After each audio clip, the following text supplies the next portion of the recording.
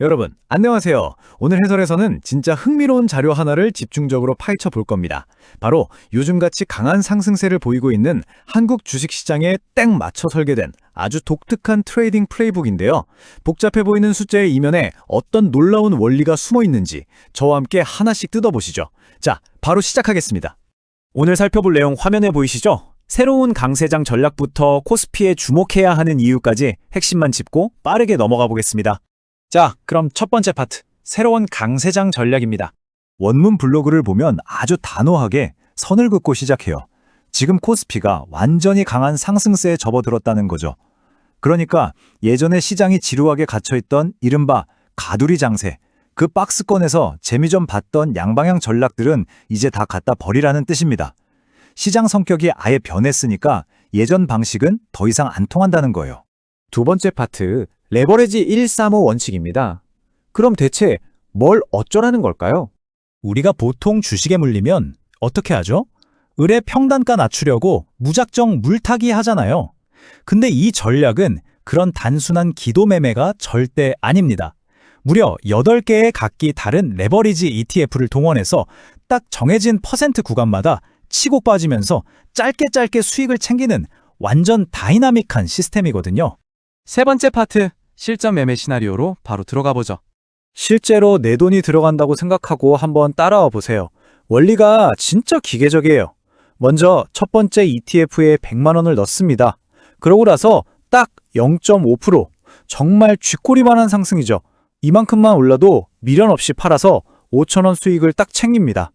그리고 여기서 중요한데 방금 판 걸 그 자리에서 바로 다시 사요. 왜냐?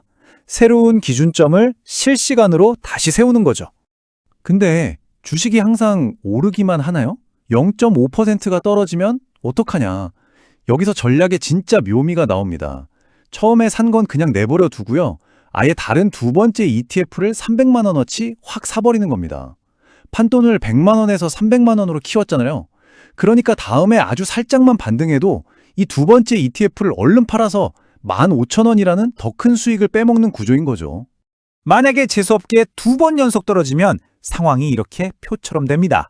마이너스 1%, 마이너스 0.5%.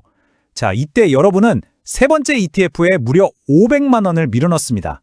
100만 원, 300만 원, 500만 원. 아하, 이래서 135 투자법이구나. 딱 감이 오시죠? 맨 밑바닥에 이렇게 500만 원을 든든하게 깔아두니까 나중에 시장이 숨만 한번 크게 쉬어서 0.5%만 올라줘도 25,000원을 뱉어내면서 손실이 싹 복구되는 거예요. 그런데 여기서 되게 재밌는 사실 하나, 규칙이 이렇게 딱딱 수학적으로 떨어지니까 그냥 프로그램 봇한테 맡겨놓고 꿀잠 자면 되겠다 싶잖아요? 근데 안 된대요. 시장이 움직일 때마다 매수랑 매도의 기준점이 실시간으로 계속 바뀌거든요. 그러니까 사실상 이거 방치하는 게 아니라 모니터 뚫어져라 쳐다보면서 스캘퍼처럼 아주 빡세게 굴려야 하는 전략입니다. 네 번째 파트, 필수 안전장치인 손절매입니다. 아무리 좋은 전략도 출구 전략 없으면 도박인 거 다들 아시죠? 이 부분에서 원문 작성자가 진짜 솔직하게 자기 흑역사를 털어놓습니다. 과거 정부 시절에 한창 상승장 꼭대기에서 본인도 언제 털고 나갈지 이 손실 확정 기준을 안 만들어놔서 정말 크게 되었다는 거예요. 어떤 장이든 간에 투자자한테 제일 위험한 건 엑시트 플랜이 없는 거라는 뼈 때리는 경험담이죠. 그래서 이번에 전략을 시즌2로 업그레이드하면서 절대 타협할 수 없는 룰을 하나 박아 넣었습니다. 바로 마이너스 10%. 10일 동안 테스트를 돌리면서 내 원금을 지키기 위한 최후의 방패를 세운 거예요. 1, 3, 5로 아무리 예술같이 분할 매수를 해도 계좌에 마이너스 10% 찍히면 그냥 기계적으로 뒤도 안 돌아보고 싹 다 끊어낸다는 아주 단호한 원칙입니다. 마지막 5번째 파트. 그럼 왜 하필 수많은 자산 중에 지금 코스피인가? 도대체 왜 지금 국내 주식일까요? 이유가 꽤 그럴듯합니다. 일단 시장에 돈이 엄청 풀려 있고요. 근데 부동산은 규제 때문에 꽉 막혀 있죠. 게다가 2026년에 비트코인 반감기 사이클이 끝나면 코인판에 있던 거대한 자금도 훅 빠져나올 거라고 보는 거예요. 갈 곳 잃은 그 엄청난 돈들이 개미들의 밴드웨건 효과, 그러니까 편승 매매랑 맞물리면서 결국 코스피로 싹 다 몰려올 수밖에 없다는 분석이죠.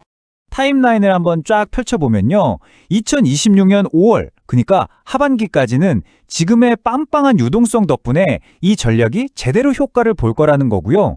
금리 쪽에 뭐 엄청난 이변만 안 생긴다면 2027년 상반기까지도 충분히 꿀을 빨 수, 아니지, 이 상승 트렌드의 혜택을 톡톡히 누릴 수 있다는 전망을 내놓고 있습니다. 자, 이제 여러분께 마지막으로 아주 중요한 질문을 하나 던지고 싶습니다. 이 레버리지 135 전략 다 좋은데 결국 시장에 돈이 철철 넘친다는 전제 조건이 깔려 있거든요. 만약에 당장 내일 한국은행이 금리를 팍 올려서 시중에 풀린 돈을 쫙 빨아들인다면 여러분은 그 즉시 이 매력적인 전략을 미련 없이 버리고 시장을 떠날 수 있으신가요? 이 질문에 확실하게 네라고 대답할 수 있는 규율이 있어야 진짜 성공적인 투자가 시작될 겁니다. 오늘 해설이 여러분께 새로운 인사이트를 드렸길 바랍니다.